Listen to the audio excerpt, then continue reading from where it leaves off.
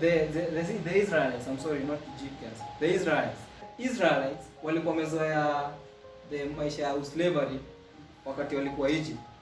And so now God, using Moses, wanted to show them that it is not about you being in a normal state kwa slavery. Bwana asifiwe. It is not about wewe kuamkanga kila time like una struggle, unafanya nini. Maybe that was normal to you, but God is teaching us something. But you know, in this situation, I was realizing that wakati tuko na shida ama wakati we are facing this kind of a pandemic, the world unites, ama the world tries to do all things in a united state, ama to kuungana so that we can solve this particular animal that is facing us. And so God wants us to continue with that habit. He no longer wants us to be so independent, so that at anything that you're doing, you want to do it alone. So God wants us to be united, and so that for us to get to a new normal, the unity that we have as the world, as a country, that is what God wants us to continue with, even in the next years to come. So we used to know that unaweza amka hapa ama unaweza fanya kitu so independently it happen. But God is teaching us another discipline. The way we are united to kill this disease, the way we are united so that we can overcome this pandemic, God wants us to continue with the same habit even in the coming years. Bwana sifiwe. So because you understand, wakati Israelite wakati tulisoma in the book of Exodus chapter 14 verse 10, Exodus 14 verse 10 nasema hivi, as Pharaoh ama Pharaoh they approached, the Israelites looked up, and there were the Egyptians marching after them. They were terrified and cried out to the Lord. Verse 11 says, they said to Moses, was it because there were no graves in Egypt that you brought us to the desert to die? That is what everybody anasema sahi. That is what kila mtu ana experience sahi. Like, is it that hatukuwa tunatosheka na kenye tulikuwa tunapata? Is it because hatukuwa tuna have enough food that we are facing this kind of pandemic? Wanasifiwe. So the Israelites, despite kutolewa Egypt, kwenye walikuwa wanapitia mateso mingi sana kwa Farao, nao wamepitia desert, wameanza kutetesha Moses. Is it because there were no graves? Because Egypt was known for graves, because people used to die. Anytime you could feel in the land of slavery, you expect many deaths because of those sufferings. Unapata watu wanachapwa, wanaumizwa. So Egypt was known for graves. And now the Israelites are saying, is it because there were no the graves in Israel that you brought us to the desert to die? We are complaining. We are complaining unto the Lord. Yes, tunamuuliza, was it because that normal that we knew then was not really enough for us, that we are now passing through this particular type of pandemic? Bwana sifiwe. And so the Israelites, they knew that even as much slavery was so ilikuwa inawaumiza, but they were used to it. Walikuwa wanapitia mingi, and they were used, even as much they used to get those sufferings, walikuwa at the end of the day walikuwa wanapata kitu ya kukula. Bwana sifiwe. Hata kama ilikuwa kidogo, walikuwa wanapata kitu ya kukula. Now they are in a desert. They are not what they are seeing Egypt, because that is what they knew. They are not seeing Canaan as it is. They are seeing what? Egypt. Because this is kind of this pandemic is like the desert that the Israelites are passing through. So tunaanza kuona, mbona tusi go back to the situation yenye tulikuwa? Mbona tusirudi kwenye tulikuwa? Forgetting, maybe God wants to direct us into another path. Venye tulikuwa tunafanya mambo, now God wants us to redirect ourselves. Not the way we used to do things back then, but to now transform our ways to a new way. Bwana sifiwe. Believe me, when kitambo, when we didn't have this kind of a situation, ulikuwa unapata unaamka, unaenda tu job, some people used to wake up and get to the normal activities hata before kuambia God lead me to the activities za leo, hata kusema God asante kwa kuniamsha. But this moment there is someone who is in the house so free, and akona time pia kushika Bible, yeah, and those times angepata hata time ya kuamka ashike Bible. But God is teaching us a discipline. Maybe this is particular lesson that God want us to learn, that it is not about the normal things that we used to do without God's presence. Bwana sifiwe. He wants us to understand that we need Him in everything that we do. The much that we are praying, venye tunaomba saa hii, unajua si kama venye tulikuwa tunaomba venye kukuwa na pandemic. People are so praying so that this kind of a thing can get out of our lives. And so God wants us to continue with the same habit, looking forward to the new things. Bwana sifiwe. And so anasema, what have you done bringing us out of Egypt? Because that Egypt was normal to them. It was so normal. They are not looking at Canaan. Si atuangalie Canaan, tunaangalia maisha ya kitambo some 3 months ama 2 months ago when tulikuwa tunafanya mambo. And so verse 12 inasema, didn't we say to you in Egypt, leave us alone, let us serve the Egyptians?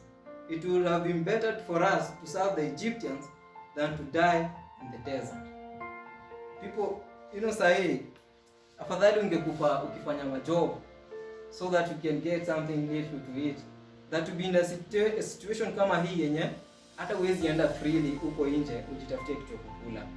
So unaambia God, afadhali unirudishe mahali nilikuwa napata kitu kidogo. But seeing the thing ama what God wants us to learn. Yeah? It is not all about our effort. It is not all about what we put so that we can get an income.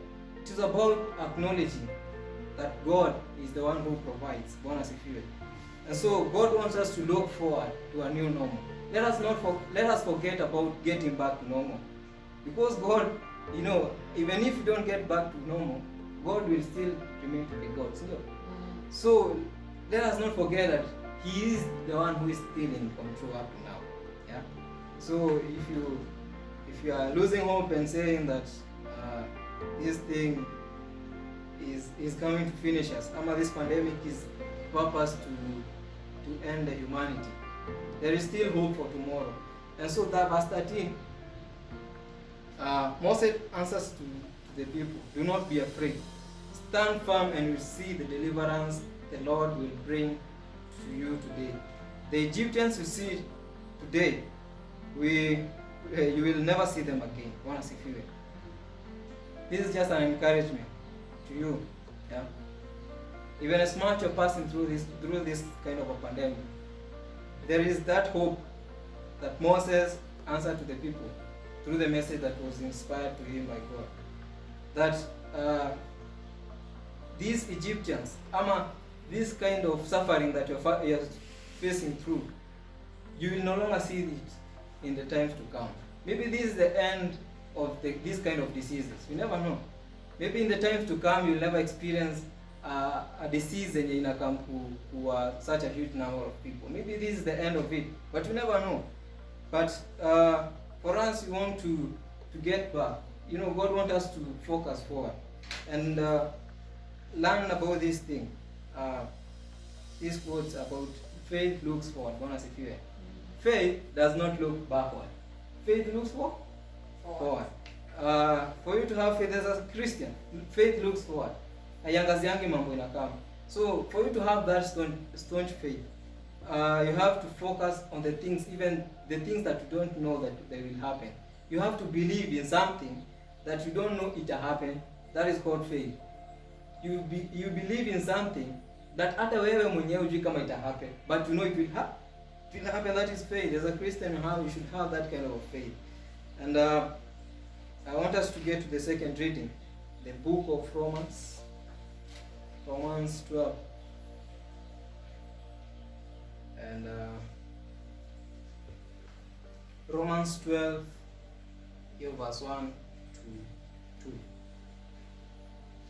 2. In this Romans, napenda sana the writer, the Paul, because he's one of the great writers in the books. Because he expounds, he tries to encourage the Christians to move on. Therefore, I urge you Christians, brothers, in the view of God's mercy, to offer your bodies as living sacrifices, holy and pleasing to God. This is your spiritual act of worship. At this moment, we have to offer our bodies as living sacrifice. It is not about the things of the world. And verse 2 anasema, do not conform any longer to the pattern of the world, but be ye transformed by the renewing of your mind. Then you will be able to test and approve what God's will is, His good, pleasing and perfect will. Bwana asifiwe. But usiangazie yale mambo tunapitia saa hii. But by the renewal of the mind, we renew how we are focused, we view things. We renew our minds to the way, from the way we were viewing things kitambo. Do not be conformed by this pandemic, but just focus your mind on what God's will is. Bwana sifiwe. Try to search that God's will. Angalia that God's will that anatry kutufundisha. What is that will of God that is He wants us to know, ama to understand?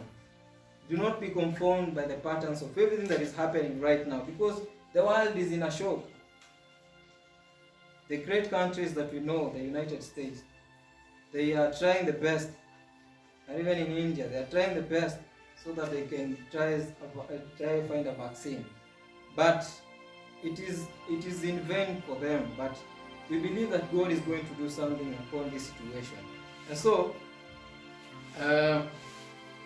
the world as it is, it has been so weird, and we understand that things has not been the way we want them to be.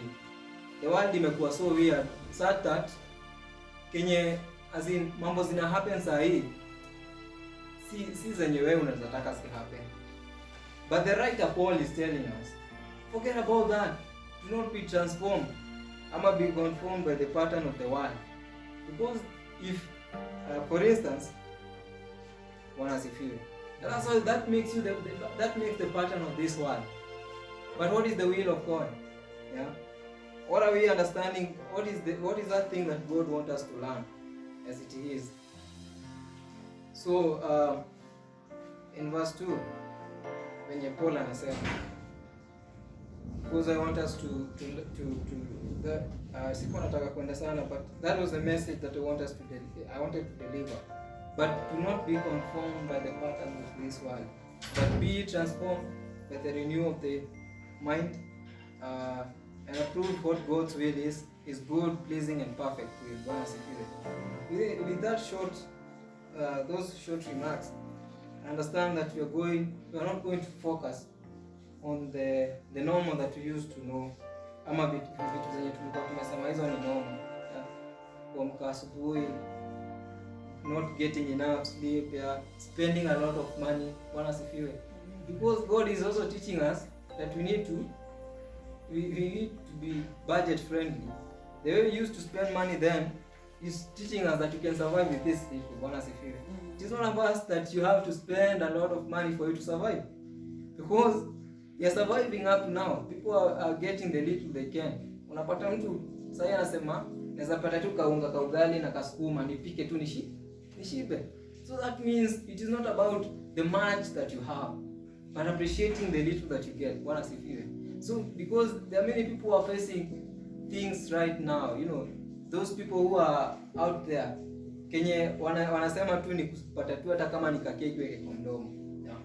The little they can make so that to survive. That is what God is teaching us today. It is not a matter of the many things that we have, but the small thing that now bring us to looking forward to normal. You no longer have to look back. I'ma get back to the normal that we used to know. It is not a must we get back, because God anaweza kuataki sisi turudi venye tulikuwa, azitaka zile distraction tulikuwa. Because I was thinking the social distancing that we're experiencing right now, your social distancing, what if that was to be applied in social media distancing? Wanasifiwe. Social media distancing would be the best, because there would be no this social media bullying. Unapata this kind of a thing, unapata mtu amepost kitu anaingiliwa, so there could be no this kind of kufeel vibaya nini, and you could stay even 2 hours without your phone. So this kind of distancing, maybe it's a lesson that you can stay you can focus on your work without even having to make too much interactions. Yeah, so it's still a lesson that you're learning. So you can have this kind of distancing and zitusaidia, because we believe that right now people are doing many things in their house. Yeah, so that was my message. Let us look forward to normal. Let us forget about getting back to normal, because we might not get back to normal. God wants you to start viewing things in a different way. You start viewing things in another direction. So God bless you so much, even as you look forward to the new normal that God wants us to be. And we believe this pandemic is not going to last for long. It's just going to be in a short while. Now we look forward to the new normal that God wants us to be. It is not about the getting back. We will never get back to normal. We might not get back to normal. I'm not saying we will not get back, but we might not get back. But the economy of Kenya might shoot to the optimum situation yenye tulikuwa tuna expect. Najua by time tulikuwa tuna survive na very little, but God can do something so that we can be in a comfortable state. And so God bless you so much, and I know we are going to be blessed even as we focus to the life ahead.